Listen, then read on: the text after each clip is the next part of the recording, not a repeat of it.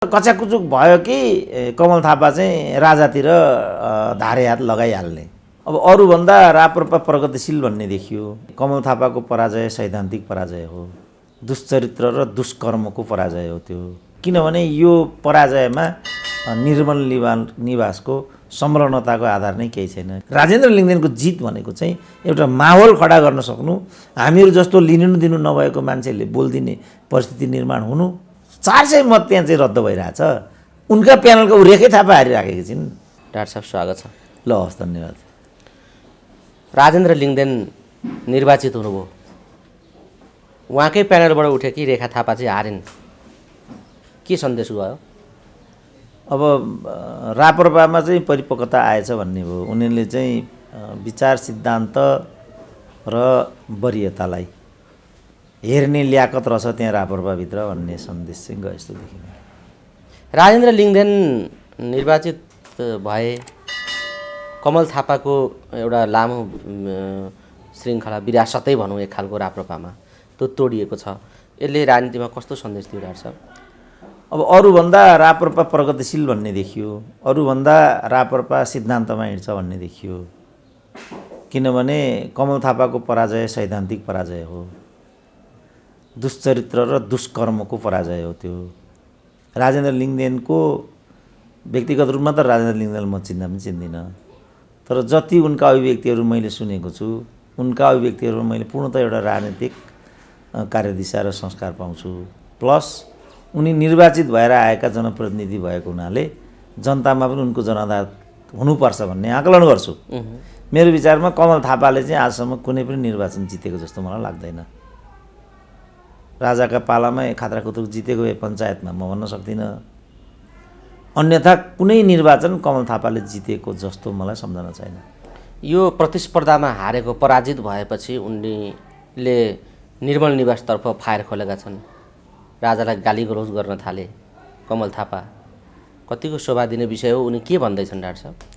त्यसबाट पनि उनी हार्नै पर्थ्यो भन्ने देखिन्छ। किनभने यो पराजयमा निर्मल निवासको संलग्नताको आधार नै केही छैन। किनभने जति मतहरू त्यहाँ रद्द भए ती मतहरू मात्रै सही भएको भए कमल थापाकै विजय भइराखेको छ नि। यहाँ निर्मल निवास भन्ने कहाँ छ हो? यस कारण पनि कमल थापाको हार स्वागतयोग्य कुरा हो भन्ने देखिन्छ। जितिरहेछन्, मलाई निर्मल निवासले हरायो भन्छन्। आफ्ना कार्यकर्तालाई राम्रोसँग प्रशिक्षित नगर्ने, मत कसरी हाल्ने भनेर राम्रोसँग दिग्दर्शन नगर्ने, अनि निर्मल निवास के कहाँ निर्मल निवास भन्ने छ यहाँ? यसरी राप्रपाको महाधिवेशनमा राजालाई बढी जोड्न खोजेको, तान्न खोजेको देखियो। राप्रपाको अधिवेशनमा राजालाई जोडेर धेरै खालका कुराहरू आए।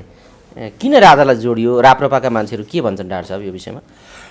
होइन, अघि मैले भने सैद्धान्तिक र मुद्दागत हिसाबले त राप्रपाको सैद्धान्तिक र राप्रपाका जे मुद्दाहरू हुन् ती मुद्दाहरूमाथि त कमल थापाले बारम्बार घातै गरेको विगत छ। किनभने राष्ट्र, राष्ट्रियता, राजतन्त्र, हिन्दू धर्म यो चाडा चाहिँ राप्रपाका सैद्धान्तिक वैचारिक पक्षहरू हुन् नि त। ती कमल थापा नेतृत्वको राप्रपाले उपेक्षा गर्नाले नै गुमेको कुरा त नाङ्गो छ नि त। त्यसको अतिरिक्त कच्याकुचुक भयो कि कमल थापा चाहिँ राजातिर धारे हात लगाइहाल्ने, त्यो हो भन्ने उनको अपरिपक्वता देखेपछि राप्रपालाई मत दिइआएका जो परम्परागत मतदाताहरू हुन् तिनीहरूले मुख मोडेर चाहिँ केपी ओलीलाई हाल देखाउन्। यही हो सत्य। अब अहिले आएर पनि उनले आफूले त्यसमा आत्मआलोचना गरेर आफूले आफ्नो जुन जसरी बिग्रिरहेछ राजनीतिक पकड त्यसमा चाहिँ क्षमा प्रार्थी भएर अब एउटा बदलिँदो रुझान अनुकूलको कार्यकुशलता देखाएर राजेन्द्रहरूकै मन जितेर एक टर्मलाई मलाई गरौँ त्यसपछि तपाईँको छँदैछ भन्ने हिसाबमा जानुको सट्टा उनी चाहिँ सिङौरी खेल्नेतिर गए। अब राजेन्द्र लिङ्गदेन त हाउसमा होस् कहीँ पनि अनि राज संस्थाको अपरिहार्यताको कुरा गरि नै रहे। लिम्बूको छोरो भए पनि हिन्दू धर्मको कुरा गरि नै रहे। अब कतिपय चाहिँ यो लिम्बूवादीहरूले फेसबुकमा म भनेको पनि देख्थेँ, लिम्बूको छोरो किराँतको छोरो भएर बाहुनको घोडा भएर हिँड्ने यो राजेन्द्र सुवेदी के राजेन्द्र लिङ्गदेन भनेको पनि मैले देखि नै राखेको थिएँ। त्यसको अतिरिक्त आफ्नो सैद्धान्तिक प्रतिबद्धतामा त राजेन्द्र लिङ्गदेन त अविचलित अगाडि बढिरहे। त्यसको जवाफ मतदाताले यस रूपमा दिए। त्यही पनि साँच्चै भन्नु भने राजेन्द्र लिङ्गदेनले जितेकै छैन, त्यहाँ प्राविधिक रूपले मात्रै राजेन्द्र लिङ्गदेनले जितेको छ। राजेन्द्र लिङ्गदेनको जित भनेको चाहिँ एउटा माहौल खडा गर्न सक्नु, हामीहरू जस्तो लिनु दिनु नभएको मान्छेहरूले बोलिदिने परिस्थिति निर्माण हुनु र प्रतिस्पर्धामा उत्रिन सक्नु, यति मात्रै राजेन्द्र लिङ्गदेनको जित हो। ठ्याक्कै जित्नु त प्राविधिक मात्रै हो। 400 मत त्यहाँ चाहिँ रद्द भइरहेछ। उनका प्यानलका ऊ रेखा थापा हारिराखेकी छिन्, 400 भोटले हारिरहेका छिन् रेखा थापा। कसरी जिते त राजेन्द्र लिङ्गदेनले? राम्रोसँग हेर्नु पऱ्यो नि त। माहौल थियो, मैले माने। हामी छलफल गरिरहेको छ राजेन्द्र लिङ्गदेनको विषयमा, हामीले यति छलफल गर्नु केही कारणै छैन नि। न हामी राप्रपा सम्बन्धित छौँ, न हामी मतदाता हौँ, न हाम्रो चिन्जान छ। किन हामीले राजेन्द्र लिङ्गदेनको 7वटा त मैले अन्तर्वार्ता दिइसकेँ अन राजेन्द्र लिङ्गदेन वानली। मेरो कमल थापासँग बहिर्भाव हो र केही मतलब छैन मेरो कमल थापासँग। मेरो त निकटको नाता पर्छ कमल थापासँग त, त्यो विषय होइन नि त। हामीले त खालि एजेन्डामा विमर्श गरिदिएको। यसलाई हामीले विषय किन बनाएको भने यही चिज एमाले गर्न सकेन नि, यही चिज काङ्ग्रेसले गरिराखेको छैन नि त। जुन चिज राप्रपाको राजेन्द्रले, किनभने यिनीहरू पुस्तान्तरणको कुरा गर्थे नि त। म भन्थेँ प्रश्न पुस्तान्तरणको होइन, प्रश्न चाहिँ सोचान्तरणको हो। अब राप्रपाले के सोचलाई अगाडि लिएर आयो भने कस्तो राम्रो त्यो विषय यहाँ मिलिरहेछ भने राजेन्द्र लिङ्गदेनको भनाइ के थियो भने यही नेतृत्वबाट हामी अगाडि जाने हो भने हाम्रो पार्टीको अस्तित्व रहँदैन। त्यो सत्य कुरा हो, किनभने राप्रपाका एजेन्डा एक छन्, कमल थापाको गन्तव्य अर्को छ। अब यो एजेन्डा लिएर चाहिँ राजेन्द्र लिङ्गदेन तल जान्छन्। हार जित जे त होला, तर यो एजेन्डा त जिउँदै रहने हो नि त। एजेन्डै यही हो नि त राप्रपाको, राजा, राष्ट्रियता, हिन्दू धर्म, ठ्याक्कै एजेन्डा यिनीहरू हो नि त राप्रपाका। अब यो राजतन्त्र आओस् नआओस्, तर एजेन्डा त्यही कम्युनिजम आइरहेछ त अहिले छैन। साम्यवादको कथा हो यहाँ, कता पुगो विषय। अनि आउँछ कम्युनिजम, साम्यवाद ल्याउन बन्द उठाएका प्रचण्डले अहिले बुर्जुवा गणतन्त्र बनाएर सरापिरहेछन्। अनि अब तर उनी कम्युनिजम भनिरहन्छन् नि त। बौद्धले जनवादबाट कम्युनिजम आउँछ कहिले? 1000 वर्षमा पनि कम्युनिजम आउँदैन, 1000 वर्षमा पनि। किनभने त्यो कम्युनिजममा पुग्ने बाटै होइन। तर बौद्धले जनवाद भन्न त छोडेको छैन, मदन भण्डारी भन्न त छोडेको छैन नि। अनि पृथ्वीनारायण शाह भन्न किन छोड्नुपर्ने? राज संस्था भन्न किन छोड्नुपर्ने? हिन्दू धर्म भन्न किन छोड्नुपर्ने?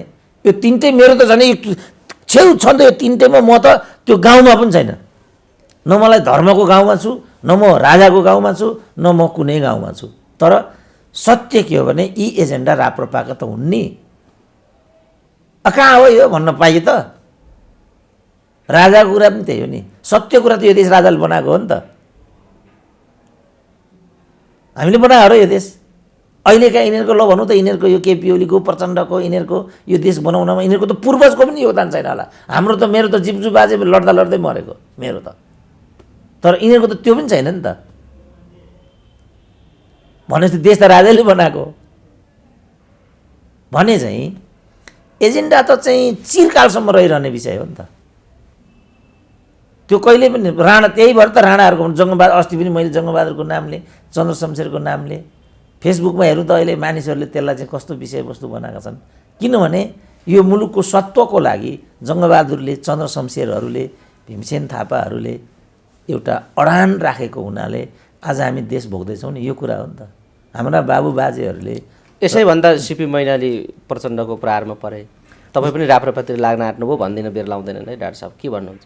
होइन, मलाई त भन्न आजभन्दा 30 वर्ष अगाडि दरबारिया भने यस्ता थाङ्नाले भनेर हुन्छ र? यस्ताले भनेर हुने भएदेखि त कमल थापाले चुनाव हार्थे त त्यसो भने। इतिहासका गौरव ल्याउन थाले डाक्टर केसीले यी मण्डले भयो भनिदिन्छन् फेरि। त्यही त भन्छु, त्यस्तो हुने भने त कमल थापा त जीवनभर जित्ने थिए नि त। खै त एउटा फुचे केटाले हराइदियो त। अनि त्यो भनेर हुन्छ त? हुँदो रहन्छ नि त भनेर। यी कुटी कुटी मार्ने हो नि त राजेन्द्र लिङ्गदेनलाई यिनीहरूले, यिनको बुताले भ्या त, खै भ्या हुँदो रहेछ त त्यस्तो। सम्भव छ त्यस्तो? हानेकै पनि हुन् राजेन्द्रलाई त, हजुर राजेन्द्रलाई त हानेकै पनि हुन् एक समय। खोइ खोइ के भयो तर यिनीहरूले गरेर ढोक्छन् अब राजेन्द्र लिङ्गदेन हजुर भन्दै। सहकार्य गरिदिनु पर्यो, सरकार बनाउनु पर्यो भन्ने स्थिति आउला जस्तो हो त डाक्टर साहब। अनि अब विषय जसरी अगाडि बढेको छ, राप्रपाले अहिलेको राजनीतिलाई युगान्तकारी सन्देश दिएको हो? होइन, यो चुनौती हो। अब युगान्तकारीतिर नजाउँ। अनि तपाईँले पुस्तान्तरण र नेतृत्व परिवर्तनका कुरा त तपाईँले निरन्तर गर्दै आउनुभएको थियो नि त, सुधारका निम्ति यो हुनु जरुरी छ भनेर तपाईँ भन्दै हुनुहुन्थ्यो। काहीँ न काहीँ राप्रपाका कार्यकर्तालाई तपाईँका विचार, दृष्टिकोण र अभिव्यक्तिले पनि प्रभाव पारेको हो कि आम रूपमा राप्रपाले विवेकयुक्त निर्णय गरो, त्यो पङ्क्तिले विवेकयुक्त निर्णय गरेको छ, वरियताका कुरा उनीहरूले ख्याल गरेका छन् र परिवर्तनका कुरालाई पनि ख्याल गरे भनेर तपाईँले भन्दै गर्दा के अब साँच्चै एउटा रूपान्तरणको सन्देश दियो राप्रपाले, दिन सकेको हो भन्ने कुराको समीक्षा गर्दा के भन्नुहुन्छ? होइन, त्यो भन्दाखेरि चाहिँ मेरो भनाइ के भने जस्तो राजेन्द्र लिङ्गदेनले चाहिँ अविचलित रूपमा मुद्दाको कुरा गरेको छ। अब अहिले यिनीहरूको आशय के थियो, त्यहाँ गएर कड्किए नि त प्रचण्डहरू, यिनीहरू पनि कड्किए नि त। यी जम्मैको हिसाब के थियो भने त्यहाँबाट कमल थापालाई विजयी बनाएर लिएर आउने र त्यो शक्तिलाई तहस नहस बनाएर आफू चाहिँ निर्विकल्प अगाडि जाने, यसको रूपमा उनीहरूले कमल थापालाई यहाँसम्म बोकेर लिएर आएका हुन्। त्यसको जवाफमा चाहिँ राजेन्द्र लिङ्गदेनले यी मुद्दाहरू हाम्रा हुन्, यी मुद्दा छोडेपछि हामी जनतामा जान सक्दैनौँ भन्ने राजेन्द्र लिङ्गदेनको भनाइ थियो र यो चाहिँ सर्वकालिक भनाइ थियो नि त। यसको जवाफ चाहिँ त्यसकारण मैले भनेको चाहिँ खालि यिनीहरू के भन्थे भने पुस्तान्तरणको कुरा भन्थे, म के भन्थे भने आजको प्रश्न पुस्तान्तरण होइन, आजको प्रश्न चाहिँ नेतृत्व प्रतिस्थापन र सूचान्तरण हो। फेरि सुन्नु पर्यो राम्रोसँग साथीभाइले, आजको प्रश्न पुस्तान्तरण होइन। 70 वर्षको ठाउँमा 50 वर्षको ल्याएर राखेर समस्याको समाधान हुँदैन, त्यो उमेरको कुरा होइन। त्यो ठुला तिग्रा बलियो सुगर प्रेसर नलागेको हान्ने रागो जस्तो मात्रै भएर हुनेवाला छैन।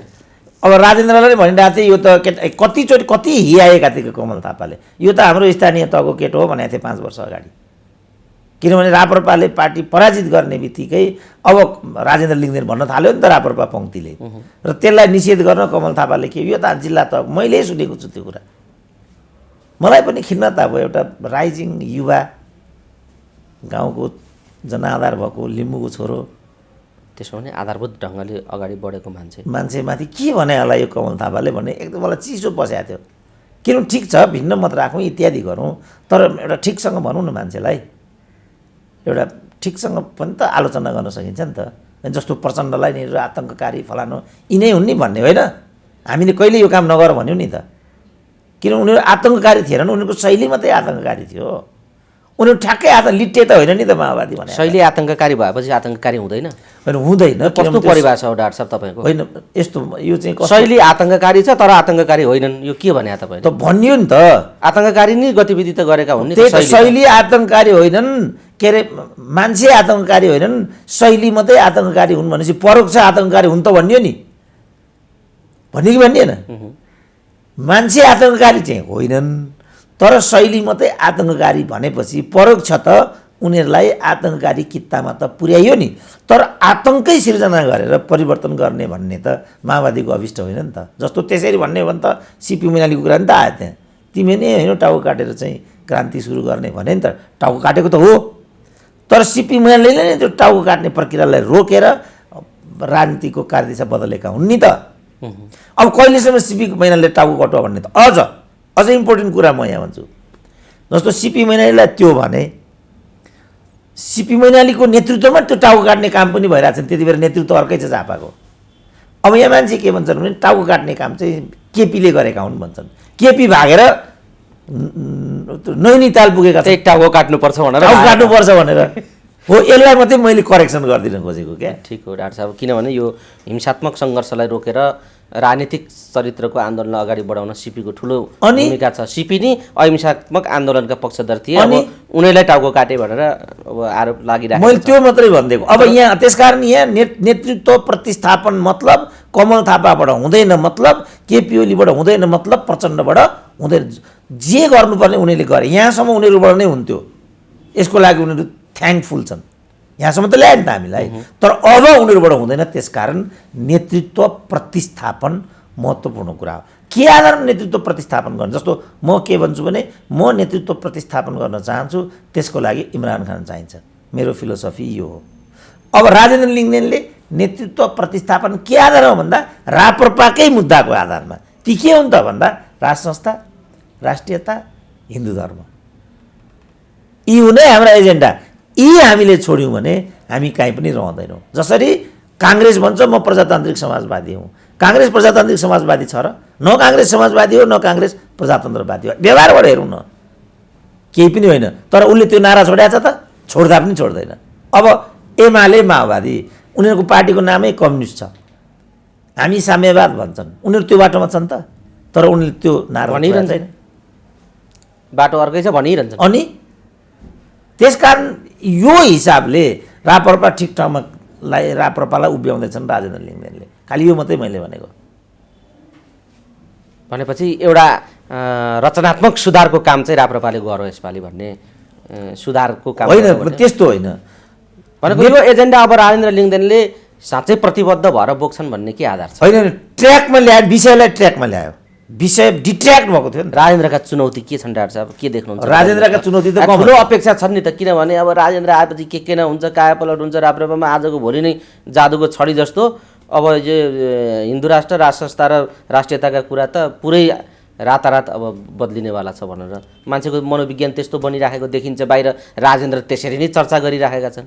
अब यी राजेन्द्र मैमत्ता साँडे जस्ता भयो भने यिनका अगाडि यिनले पनि थाम्ने जस्तो त देखिँदैन। अब राजेन्द्रलाई पनि यही बेला राम्रो सुझाव दिन जरुरी छ। के भन्न चाहनु? होइन, उनलाई त के भन्नुपर्ने छ भने जे गर्छु भनेर राजेन्द्रले त्यहाँ टाउको उठाएका हुन्, त्यो अनुसार गर्ने कि नगर्ने भन्ने चुनौती छ। र त्यो चुनौतीको हडल भनेको चाहिँ कमल थापा आफै छन्। सम्भावना त कमल थापाले पार्टी फुटाउने पनि छ, किनभने कमल थापा कहिल्यै सेकेन्ड म्यान भएर बसेका छैनन्, कहिल्यै कसैलाई मान्दैनन् कमल थापाले। कमल थापा ज्ञानेन्द्रसँग चाहिँ यो ज्ञानेन्द्र के भन्न सक्ने झाबा एउटा कर्नेलको छोरोले भनेपछि कत्रो आकाङ्क्षा होला त कमल थापामा, जसले जीवनभरि टिको लगाइदियो। माइनस राजा सारा जीवनभरि उनी टिको लाएर अघि बढेका हुन्। माइनस राजा यो जुन राप्रपाको पङ्क्ति छ, के का मान्छे हुन् र भने यिनीहरू? राजाले त त्यस्तो बनाइदिएको हो त। जस्तो म होइन, राजाले त प्रधानमन्त्री भनिदिएको भए मै प्रधानमन्त्री हुने थिइनँ त। राजासँग त त्यो खुबी थियो नि त, त्यो विशेषाधिकार थियो नि त राजाको। त्यसकारण त्यस्तो आफूलाई गर्ने संस्थालाई त कमल थापाले दुकौडीको ठानेनन् भने राजेन्द्र लिङ्गदेन त्यसै पनि राजेन्द्र लिङ्गदेनको के पहिचान छ र नेपालमा? उनले आफ्नो बरगतले निर्माण गरेको हैसियत हो नि, न उनलाई राजाले बनाइदिएको कसैले टिको लगाएको हैसियत। अनि त त्यो मान्छेलाई त के को ठान्छन् र चाहिँ कमल थापाले? हो, त्यो कमल राजेन्द्रलाई सबभन्दा ठुलो चुनौती हो। अब त्यसलाई कसरी व्यवस्थापन गर्न सक्ने? हामी पनि भनौँ न, यति मात्रै हो नि सायद राजेन्द्र लिङ्गदेनको बारेमा मैले बोल्ने यही नै लास्ट होला, किनभने के लेनदेन छैन नि हाम्रो राजेन्द्र लिङ्गदेनसँग त। हाम्रो त एउटै कुरा के भने राजनीति एजेन्डाको आधारमा गर, राजनीति मुद्दाको आधारमा गर, राजनीतिलाई बेचेर नखाओ। कमल थापाले राजनीति बेचेर खाए। राप्रपा भनेको कमल थापाको वीरता होइन, यति भन्नु थियो भन्यौँ हामीले, अब भन्दैनौँ, किनभने हाम्रो बैरभाव हो र कमल थापासँग। मेरो त त्यसै पनि नारा के हुन्छ भने म प्रतिपक्षसँग मिलेर जनताको आवाज उठाउँछु। अब त मेरो साथी कमल थापा हुन्छ, फेरि घाँसी अगाडि बढ्नु पऱ्यो भनिदिन्छु भोलिदेखि, किन दुश्मनी होइन नि कमल थापासँग। बेचेर नखाओ राजनीति भन्ने पो झगडा हो त हाम्रो। माओवादीलाई पनि कुटी कुटी मार्नुपर्छ भन्थे त यिनीहरू, हे केटा हो भने होइन मैले। तर उनी अब शेरबहादुरसँग घाँटी जोडेर चाहिँ गरी खान थाल्यो भनेदेखि क्या हो कमरेड भनिदिइहाल्छु नि, फेरि भनिराख्नु पनि भएको छ, भन्नै पऱ्यो। त्यसो भएको हुनाले राजेन्द्र लिङ्गदेनलाई हामीले यहाँसम्म ल्यायौँ। अब हामी तिमी आफ्नो बाटो आफै तय गर, ठिक छ। हामीलाई कहिले काहीँ के हो कसो डाक्टर साहब एक कप चिया खाउँ भन्यो भने हामीलाई केही आपत्ति छैन। हामी त म त ज्ञानेन्द्र भएठानी पुगेँ, प्रचण्ड भएठानी पुग्छु, केपी ओली भएठानी पुगेँ। यिनीहरू त के भन्छन्, जहाँ गयो त्यही भयो भनिदिन्छन्। मलाई चाहिँ केपी ओली केमा जाँदा बालकोट भन्थे, ज्ञानेन्द्रमा जाँदा दरबारिया भने। अब यो राजेन्द्र लिङ्गदेनवाला कुरा चाहिँ मैले देखाएको छैन है, केही भनेको छैनन्। के भन्छन् थाहा छैन। अब अब राप्रपामा लाग्न आँटे डाक्टर केसी भनिदिन सक्छ नि भन्दिनलाई त कसलाई रोक्न सकिन्छ र डाक्टर साहब वाक स्वतन्त्रता छ मिलाएर भने त्यसलाई स्वीकार्नु पनि पर्छ कतिपय कुरा मिलेन भने प्रतिरोध गरिराख्नु भएकै छ यसमा अरू ठुलो कुरा केही देखिएन तर अब अरू दुईटा पार्टीका महाधिवेशन निकट आइराखेका छन् काङ्ग्रेस महाधिवेशनको चटारोमै छ माओवादीको पनि महाधिवेशनको चटारो छ अब एमालेको सकिए पनि अरू दलहरूको जुन आउँदैछ महाधिवेशन भइराखेको छ अब यो राप्रपाको महाधिवेशनले यी महाधिवेशनहरू यी राजनीतिक दलहरूलाई कस्तो खालको प्रभाव पार्न सक्छ कि सक्दैन होला तपाईँ होइन राम्रो प्रवृत्ति चाहिँ ले टाउको उठाउन पाइराखेको छैन अन्य पार्टीको हकमा जस्तो कर्णालीमा चाहिँ हामीले पनि चिनेका युवा थिए भूपेन्द्रजङ शाही हारे हिजो कर्णालीमा गण्डकीमा शुक्रराजजी पनि गण्डकीमा शुक्रराज हामीले आदर्श पात्र थिए जिते त्यहाँ चाहिँ हाम्रो जित भयो त्यहाँ चाहिँ बधाई छ शुक्रराजजीलाई सादगीका चाहिँ प्रतिमूर्ति हुन् गण्डकीका शुक्रराजजी यो प्रवृत्तिले चाहिँ टाउको उठाउनु पर्यो जस्तो भूपेन्द्रजङ शाहीको मैले कुरा गरेँ नि खालि एकचोटि मात्रै भेट भएको उनी चाहिँ राजनीतिक संस्कार भएका र एउटा राजनीतिक एउटा उदयमान एउटा चिन्तन भएका युवा थिए कर्णालीमा उनी रोकिएको सुनियो गगन थापाको यात्रा पराजयतिर उनको अहिलेको अभिष्ट भनेकै एमाले छ त्यो किन हो म बुझ्दिनँ यो चाहिँ विमलेन्द्र निधि र राजेन्द्र महतो विमलेन्द्र निधि र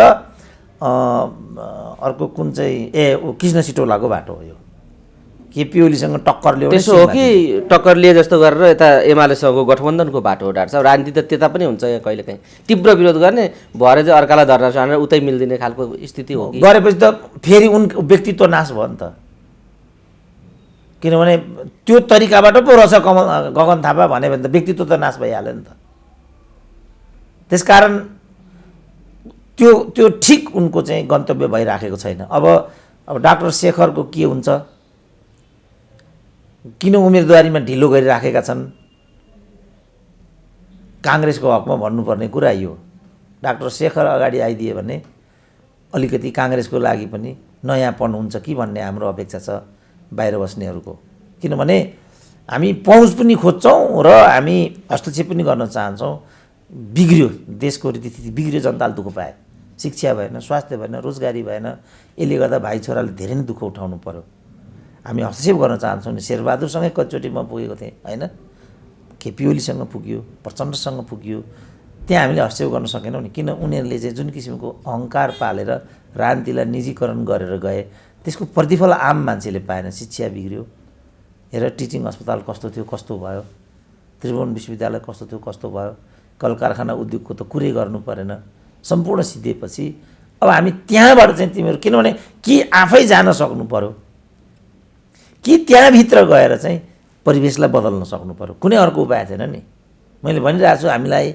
इमरान खान चाहिन्छ सोचान्तरण आजको प्रश्न हो पुस्तान्तरण मात्रै होइन सोचान्तरण सहितको पुस्तान्तरण र नेतृत्व प्रतिस्थापन आजको प्रश्न हो नेतृत्वकै असफलताले आजको परिवेश आइराखेको छ त्यसपछि प्रचण्डको कुरा छ हिम्मत गर नि त त्यहाँ पनि उम्मेदवारी पनि दिने सोचलान जस्तो छैन त माओवादी जनहरूले त किनभने यस्तो फाँडेर लिएर आए प्रचण्डले कि त्यहाँ अब नारायण काजीलाई पनि साइजमा ल्याए जस्तो बुझिन्छ योचोटि महरालाई केटीकाण्ड लगाइदिइहाले सिद्धिको अब बाबुरामले डाँडो काटिहाले भनेपछि खोइ त प्रचण्डको प्रतिस्थापनको त कुनै सम्भावना छैन एक्लो फर्स्ट जस्तो देखियो प्रचण्ड देखियो भनेपछि यो सन्दर्भमा राजेन्द्रले राप्रपाले त एउटा हिम्मत गर्यो नि त किन प्रचण्डले कमल थापाले आफ्ना नारा छोड्नु र प्रचण्डले आफ्नो गन्तव्य छोड्नुको बिचमा त केही पनि फरक छैन नि दुइटै अवसरवाद हो नि त त्यस कारण हामीले कमल थापालाई छानी हान्ने अनि फेरि प्रचण्डलाई बोक्ने हो भने त त्यो त खालि कमल थापा विरोधी रुझान मात्रै भयो नि त्यो काम हाम्रो होइन हाम्रो त सबै नेतृत्वमा भएका कमी कमजोरीहरूलाई जनताको छेउमा राखिदिने हो र जनमत निर्माणमा सार्थक भूमिका खेल्ने हो यो हो नि हाम्रो काम त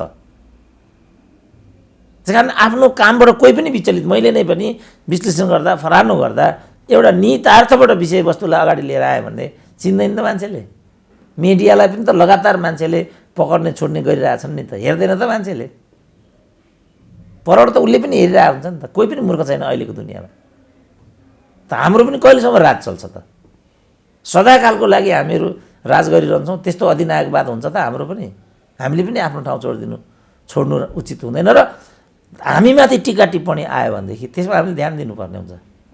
बाटो बिराउन आँट्यो कि क्या हो भनेर होइन, मैले बोलेपछि फाइनल भनिदियो भनेदेखि मै 1 वर्ष पछाडि असान्दर्भिक हुन्छु।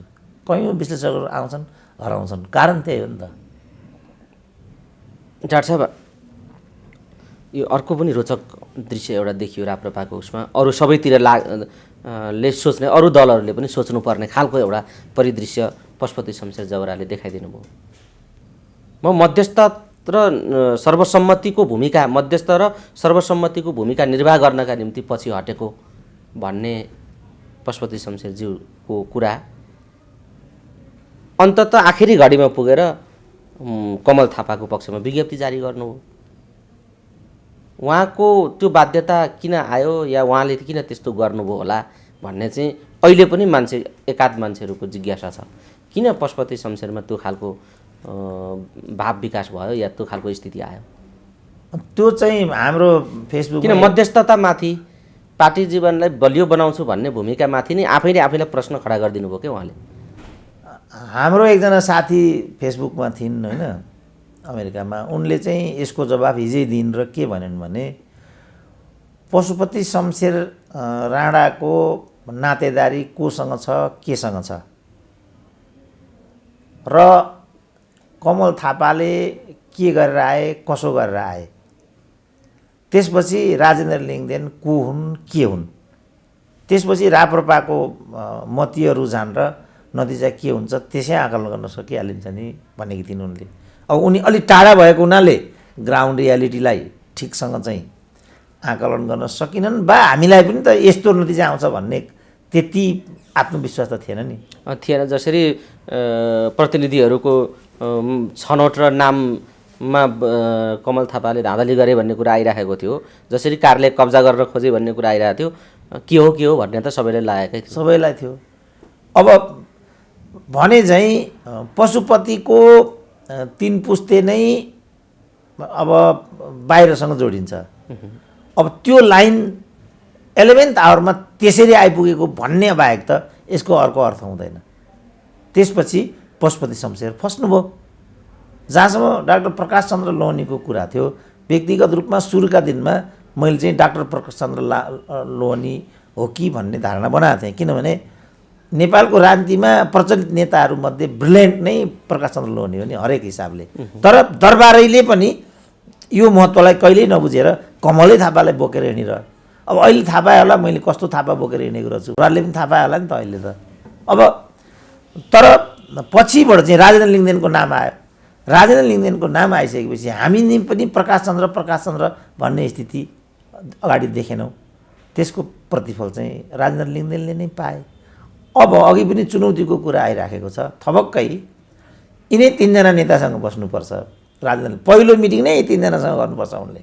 कमल थापा किन, उनी त ठुला मान्छे, काहीँ आउँदैनन् काहीँ जाँदैनन्। कमल थापा त त्यस्ता हुन् नि, दाजु आशीर्वाद थाप्न आएँ भन्नु पऱ्यो, कमल थापाकैमा जानु पऱ्यो, पशुपतिलाई पनि बोलाउनु पऱ्यो, प्रकाश चन्द्रलाई पनि बोलाउनु पऱ्यो र सल्लाहकार परिषद ती बनाउनु पऱ्यो।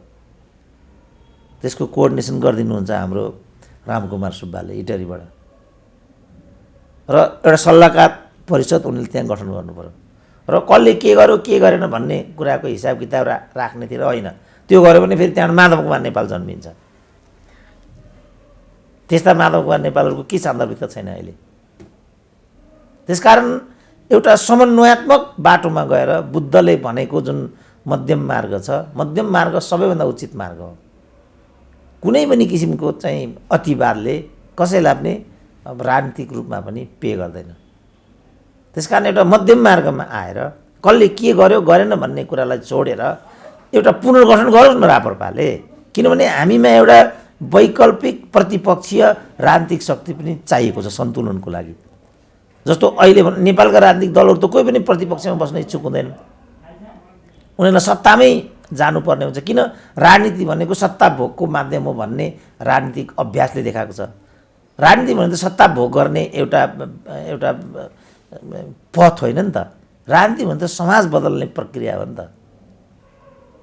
यहाँ त्यस रूपमा राजनीतिलाई चाहिँ अभ्यासमा ल्याइएन। त्यसो भएको हुनाले पशुपति शमशेरले आफ्नो धर्म परिपालन गरेको हुनुपर्छ, होइन भने उनले त्यसरी पुरानो र नयाँ नेतृत्व भनेर आफूलाई चाहिँ पुरानोबाट टाढा राख्नु, त्यत्रो पङ्क्तिलाई चुनौती दिनु पशुपति जस्तो अक्सफोर्ड पढेर आएको मान्छेलाई सुहाउने कुरा हो? म काँचो नेतृत्वको पक्षमा छैन भनेपछि त के नभए 1000 जना त युवा थिए होला त्यहाँ, भनौँ न 2500 भनौँ न 45-4600 को मतदाताहरू छन्, देशभरि युवा कार्यकर्ता छन् नि त। पशुपतिले त के भने म काँचोको पक्षमै छैन भनेपछि त म युवाहरूको पक्षमै छैन भन्ने चाहिँ अर्थ आयो। त्यत्रो जोखिम पशुपतिले किन लिए होला त? रिमोटकै कुरा आयो होला, यहाँ त आपको अभी बोल्न आएन तो मुस्किल हो जाएगा भनिदिए होला, निकाले उनले वक्तव्य। यति बुझ्दैनन् होला त पशुपति शमशेरले? म काँचो नेतृत्वको पक्षमा छैन भनेपछि म युवा पङ्क्तिको पक्षमा छैन भन्ने नै त त्यसले सन्देश दियो। अनि त्यत्रो जोखिम हामीलाई भनौँ न, त्यसो भने त हामीले यो सब किन बोल्नु पर्थ्यो त? केही पनि फाइदा छैन यसबाट हामीलाई। हामीले त बिचमा सबभन्दा मौनता, टाउको मात्रै हल्लाएर पनि त काम सके हुन्छ नि त। किन हामी विमर्श गरिरहेछौँ भन्दा यो सामाजिक सम्पत्ति हो। यो राप्रपा समाजकै एउटा पङ्क्तिलाई, एउटा वर्गलाई प्रतिनिधित्व गर्ने समूह हो। त्यो समूहले पनि राजनीतिमा एउटा वर्चस्व र हैसियत राख्यो भने एक थरी मानिसहरूलाई त उसले पनि त झगडा गरिरहेको हुन्छ नि त गाउँमा। त त्यो भनौँ न उसको चाहिँ केही नभए अब अहिले कमल थापाले बिगारेर पो त होइन भने त 18-19% मत लिएर हिँड्ने पार्टी हो नि त राप्रपा भनेको त। तर कमल थापाले त्यसलाई बेत्तै दुरुपयोग गरेको हुनाले न लास्टमा कमल थापालाई नै हान्नु परेको हो त। त यो चिजलाई पशुपति शमशेरले उपयुक्त तरिकाले नबुझ्नको लागि विवश बनाउने शक्तिको कारणले हुनसक्छ उनले त्यो चिरकटो सार्वजनिक गरेको हुनुपर्छ, नत्र त्यो आवश्यक थिएन। डाक्टर साहब, हामी कुराकानीको अन्तिम चरणमा छौँ।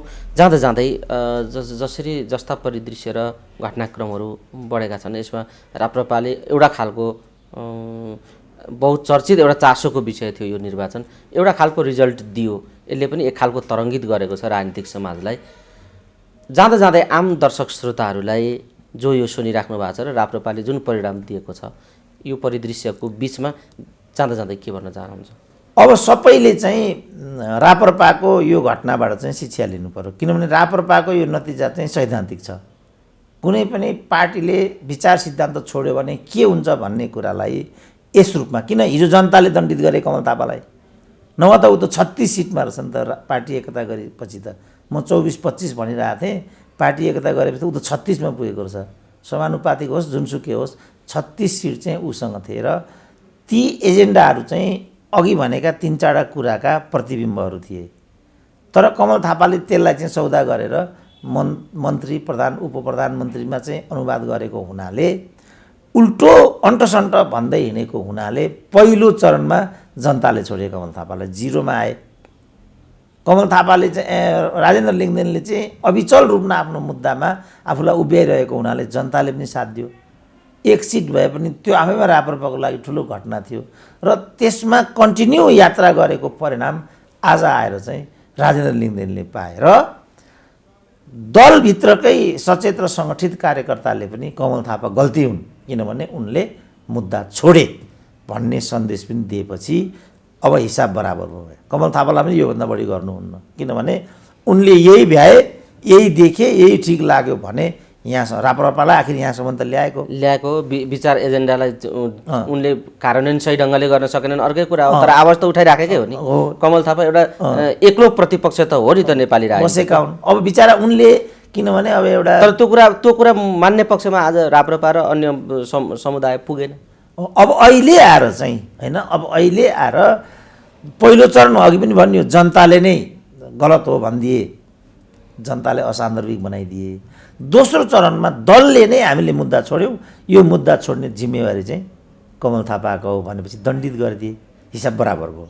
अब अन्य दलहरूमा यो प्रवृत्ति देखिएन, जस्तो केपी ओलीमाथि अनेक आरोप लाग्यो तर कहिले पनि दण्डित भएनन्। शेरबहादुरहरूमाथि पनि अनेक आरोपहरू छन्, तारन्तार उनले चाहिँ विजयी बनेर आइरहेको एउटा यस्तो विगत छ। अब गलत गऱ्यो भने त दण्डित हुनु पर्यो नि त मान्छेले त। जस्तो प्रचण्डले नै मुद्दा छोडे इत्यादि गरे, माओवादी पनि तारन्तार दण्डित भयो नि त। यो सबै अहिले गर्व गरिरहेछ नि माओवादी सबै हाम्रा एजेन्डा हुन्। हाम्रा एजेन्डामा अरूको ढलिमली, बाघको छालामा स्यालको रजाइ भन्छन् नि, कुरा त सत्य हो।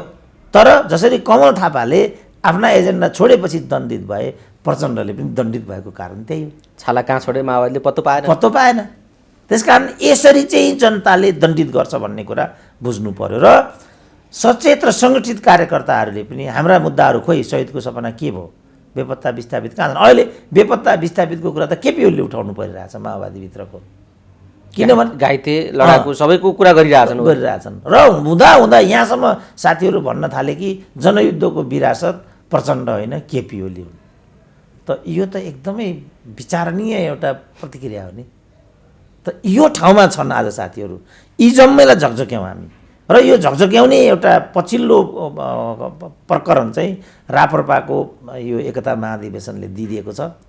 यसको सन्देशलाई हामी बुझौँ र पुस्तान्तरण र सोचान्तरण आजको प्रस्तावना हो।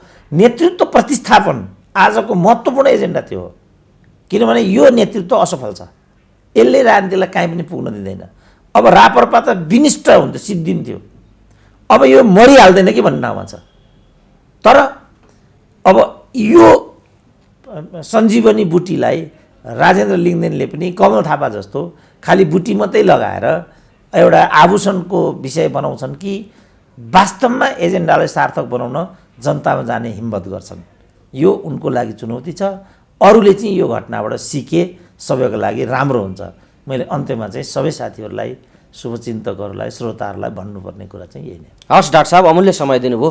यो महत्त्वपूर्ण समय र संवादका लागि यहाँलाई धेरै धेरै धन्यवाद।